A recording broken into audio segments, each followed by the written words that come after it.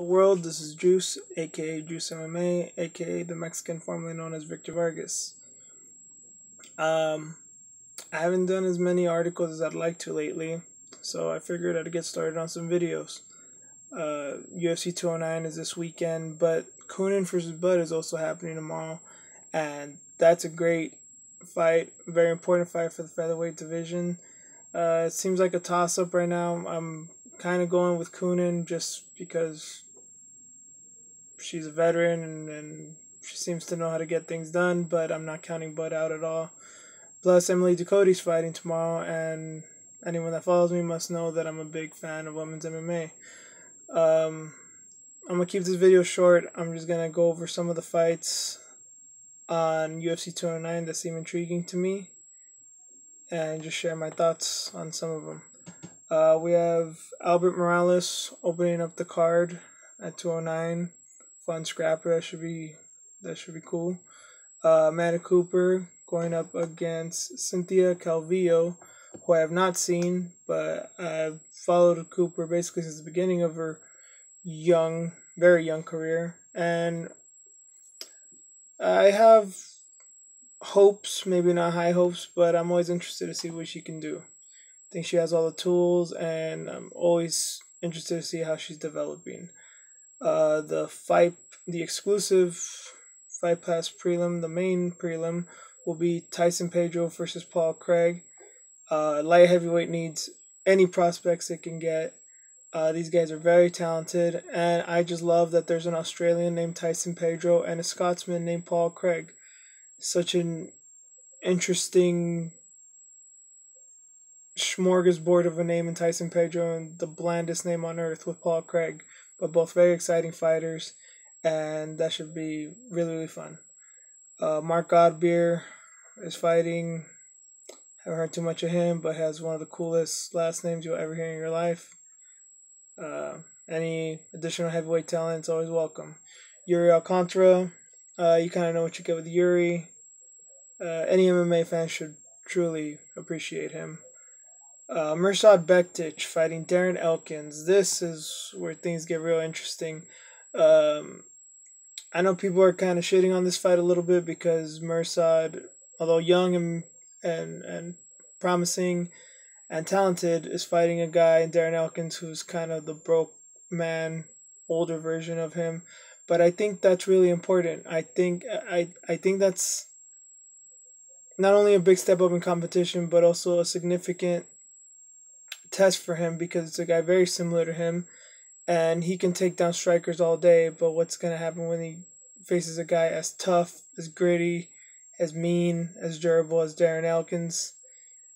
If he can come through this with flying colors, it'll be very impressive. Uh, and the FS1 featured prelim, Marcin Tybura and Luis Henrique, two heavyweights. They can be in some boring ass fights, and they can also land some heavy haze. Hopefully, someone gets to put to sleep early. If not, they should just duke them out for 3 rounds and see what happens. If not, it's probably in for kind of a boring fight. Okay, opening up the 209 pay per view, Overeem and Hunt. Jesus. I've never been a big fan of Overeem, and I've been a gigantic Mark Hunt fan. And with the stuff happening lately, uh, obviously with Hunt and the lawsuit, it's very interesting to see where his head will be at. And Overeem has never been a great fan. Has never been a fan favorite, but people felt bad for him after the Miocic fight, and people just hated him even more as well. So it's gonna be interesting to see how this fight plays out. I hope Hunt gets the walk off KO, but who knows? Seeing how mad he is at the UFC and any potential doper and Overeem with his PED, his past PED use, I wouldn't be surprised if he knocks him dead and lands an extra 3 explosive hammer fists of doom. That'd be a sight to behold. Hoping nothing bad for Overeem, but it would be very entertaining to say the least. Venata and David Timur Oh man, striking fans' dream right here. Well, maybe not dream. They're not exactly high up there, but they're two they're two exciting and very talented strikers in the most stacked division in MMA. Everyone's high on Venata for good reason, but David Timur is not a guy to be slept on. That guy is very talented, and I always like seeing him work. He has his fundamentals down right, and he does everything correct. It should be a exciting fight. Okay, Rashad Evans versus Daniel Kelly.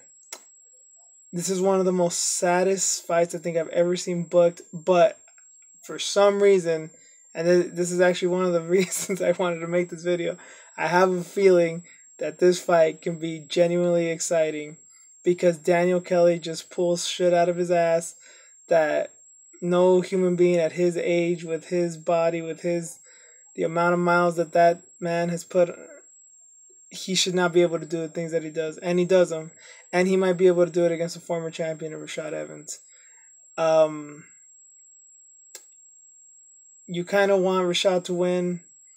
Been a rough couple of years. It's kind of hard not to root for the guy, but it's even harder to not root for Dan Kelly. The guy was responsible for one of the worst fights in UFC history with, what was it, Pat Walsh a few years ago. But he's really turned the corner, and now he's just scrapping and just defying the odds at every level. And if you don't love a guy like that, shame on you. Truly, shame on you.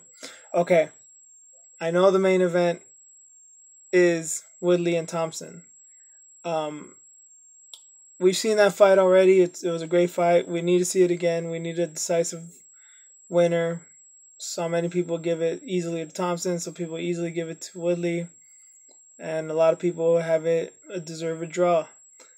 I went for Thompson in the first fight. I think he can pull it off this time with some adjustments, but as good as the first fight was, I think this fight can be better. But I want to reserve this video for, I think, what all the hardcores see as the real main event.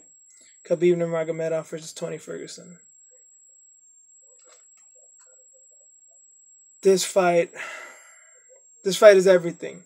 Luke Thomas, Patrick Wyman, many of the brightest minds in MMA have been going on and on about this fight, and for good reason, and the hardcore MMA fans as well.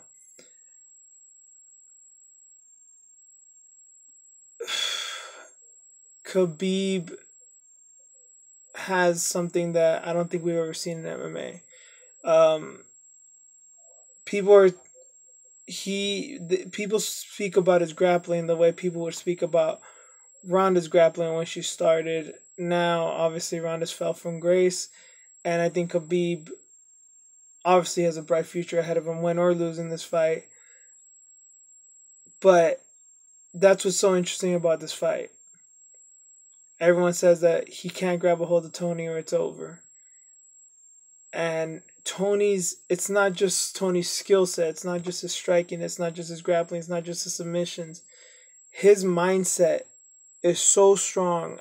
Every embedded that I see, every counting that I see, that man was made for combat, and he's probably, honest to God, no hyperbole. He might be the most mentally strong fighter I've ever seen in my life. That guy has a determination and a self-belief in himself that I've never seen, and he just seems like he can just power through any pain imaginable. That dude's a soldier. They're both soldiers of a different breed, of rugged-ass Dagestani against some dude from SoCal, he is the epitome of a freestyle fighter. He just does whatever comes to mind, and he's exciting as hell, and he's a true martial artist and an emphasis on the artist. Khabib as well, but in the most brutal sense of the art. I gotta go with Ferguson. I wish I would have studied this fight more, but honestly, I've seen people who've studied this fight, and it's still a coin flip. The odds making Khabib a heavy favorite are ridiculous in my eyes. This is gonna be. It might not be the greatest fight of all time. It might not be even the fight of the night or the fight of the year, but it'll be enthralling from the second it starts to the second it ends. Don't anything is possible in this fight. A submission, a knockout by either guy, a decision, a lopsided shellacking, anything is possible. And I've not said anything that any other credible mind in MMA hasn't said already, but the main thing I've taken away from Fight Week, everything that I've seen in the build up, is Tony Ferguson's mind. That guy just seems unbreakable. And even a guy as rugged and as mean and as cold as Khabib, I don't think can do anything to deter El Cucuy. And just like his nickname, that man is a nightmare to fight. He has quickly become one of my favorite fighters because he has all the attributes that I look for. He's well-rounded, he's well-conditioned, he's mean as hell, and he never stops coming forward. Those are all the attributes that I love in a fighter, and if you're not a fan of Tony Ferguson, I don't even know what to say to you. There's no reason why you should be watching, reading, discussing anything about mixed martial arts. That guy's the truth, and we are gonna see on Saturday night if I'm right, and if I'm not, I hope it's very close, and I hope they even do it again, because I don't give a shit about Conor. I don't care if he boxes Floyd. I don't care if he relinquishes his belt, or he fights GSP or Woodley or I don't care what he does. These guys are gonna fight. I hope they fight again, and I hope the fight is good, that it's worthy of a rematch and hopefully a rubber match. Watch Coenen versus Bud tomorrow on Spike. Order UFC 209. Go to a bar. Do what you need to do. And MMA's at the point where you don't need to tell your friends. We don't need to make it this big thing because it's basically already there. But if you have just your Ronda only fans or your Conor only fans, get them to watch this fight, because especially the Conor fans, because this is worthy of their attention. This is relevant to the divisions that he's in and that he's looking at, and they're the most important fights in MMA right now.